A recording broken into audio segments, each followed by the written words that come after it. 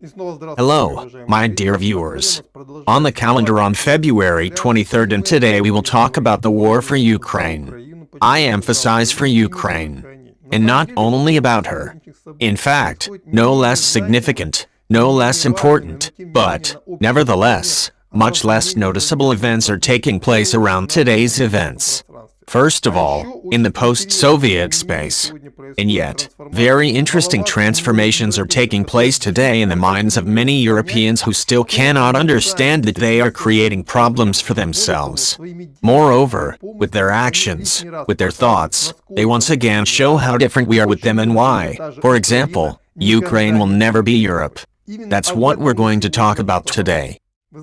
The biggest mistake of Europe and the Western world as a whole is that they still cannot understand that it is their own actions that are forcing the post-Soviet space to unite quickly today. There are many illustrative examples of this. I will give just 3 of them. The first and most obvious is Belarus. For many years Belarus has been balancing between the West and the Russian Federation. But as soon as a sharp escalation of the situation began, Belarus quickly chose its side. And 2 years have passed to date. Not even 2 years, but a year and a half since the events in Belarus happened. Before these events, it was possible to ask the question, where will Belarus go next? Today, a year and a half later, this question is absolutely meaningless. Belarus and Russia defend the same values back to back, and they have the same common enemies. Moreover, the question is not even that this is an agreement between Lukashenko and Putin. The question is that the Belarusian society is rapidly consolidating with the Russian society, which quickly forgets the contradictions that existed between them, and they really were. Today they are more and more acting as a whole. Even those people who in the early days supported the WRW movement, White Read White movement, many of them today look to the West as enemies who are breaking into their home. The same applies to Kazakhstan. It would seem that President Nazarbayev's Kazakhstan is increasingly separating from the Russian Federation, despite the fact that he was a member of both the CSTO and the Eurasian Economic Union. The Nazarbayev clan, with the full support of local elites, distanced Kazakhstan from Russia. The beginning of the turning point occurred in 2019, when Tokayev became president.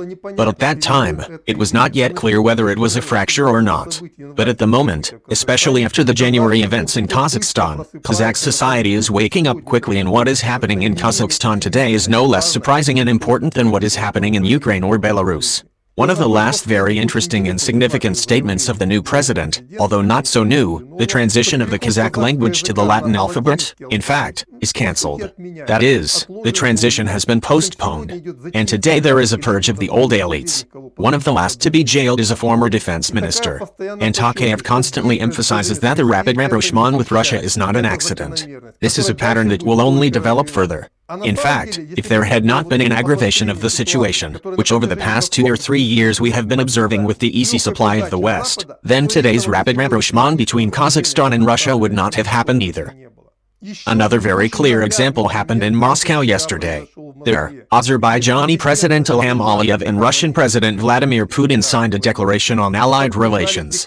Just a couple of years ago, it seemed that Azerbaijan was finally lost. In other words, it goes into the orbit of Turkey's influence. But it was the latest event, the threats that Azerbaijan faced, and the understanding that Turkey would not be able, even if it really wants to protect Azerbaijan from all the problems that Azerbaijan faces, that forced the Azerbaijani president to take this step. The signing of yesterday's declaration puts Russia on a par with Turkey for Azerbaijan. That is, the day before yesterday, Azerbaijan, according to the signed documents, had only one strategic partner, but today there are already 2 of them, Turkey and Russia. Moreover, taking into account how the problem of delimitation of the border with Armenia is being solved today, as well as against the background of yesterday's visit of Azerbaijani parliamentarians to Yerevan, it becomes clear that this Gordian knot will be cut, and Azerbaijan will become, at least, an observer in the Eurasian Economic Union in the next year or 2. And then, as the Russians say, let's see, taking into account the documents signed yesterday, I absolutely do not rule out the possibility that Azerbaijan will sooner or later become a member of the CSTO. Moreover, not because the Azerbaijanis want it badly today, but because the Azerbaijani leadership understands that otherwise it will not be able to defend its country during the next turbulent 2020s, which are already obvious. The same applies to Ukraine. The transformation within Ukrainian society that has taken place in recent years is colossal. I read a lot of comments. Yuri, what are we going to do with the Ukrainian people who hate us? Who told you that the Ukrainian people hate you? Russia?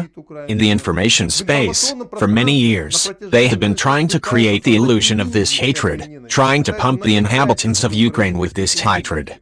In fact, Ukrainian society has changed a lot in recent years. And, I repeat, it will surprise you very much in the next year or two. And it is in the good direction. Unfortunately, I can't tell you all the information today, but I really hope that I will be able to do it in the coming months. In this situation, first of all, we must say thank you to our Western partners, who, in their hatred and attempt to put pressure on Russia, made several key strategic mistakes. These mistakes, it seems to me, have already turned the situation in our favor in the minds of many residents of Ukraine. That is, all the efforts of the West aimed at aggravating the situation in the post-Soviet space have led to the opposite result, to the rapid consolidation of the post-Soviet states into a single integration core. And now, after only a month and a half, the words that President Lukashenko said are perceived absolutely differently. I repeat, just a month and a half ago, after the Christmas service, Lukashenko said, "I must tell you that this year will not be easy. The world will change in a very serious way. The world will change in terms of uniting peoples and states into unions.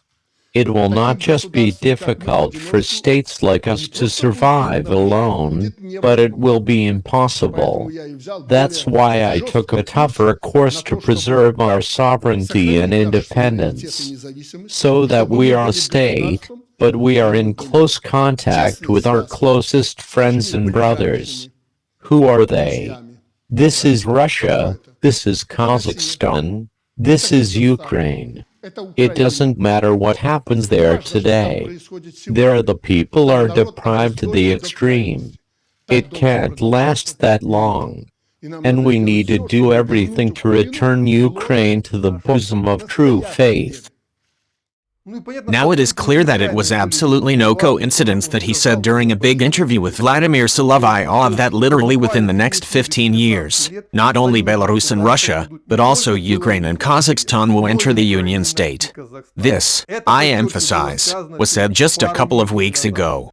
Look at how fast things are happening. Only 2 weeks have passed, and how much has already changed. And also, I'll tell you right away, how much more will change in the next few weeks. A lot will change. And again, here we have to say thank you to our Western, so-called partners. Because the world is changing rapidly and the aggravation of the situation in this world aggravates everything, including the reality that the so-called Western partners artificially shared in order to achieve their goals, and who made a strategic mistake by aggravating the situation. Thus, they contributed to the rapid consolidation of the core of the former Soviet Union into a new integration, not only mental, but also political, economic and, ultimately, military core. And they can't do anything about it anymore.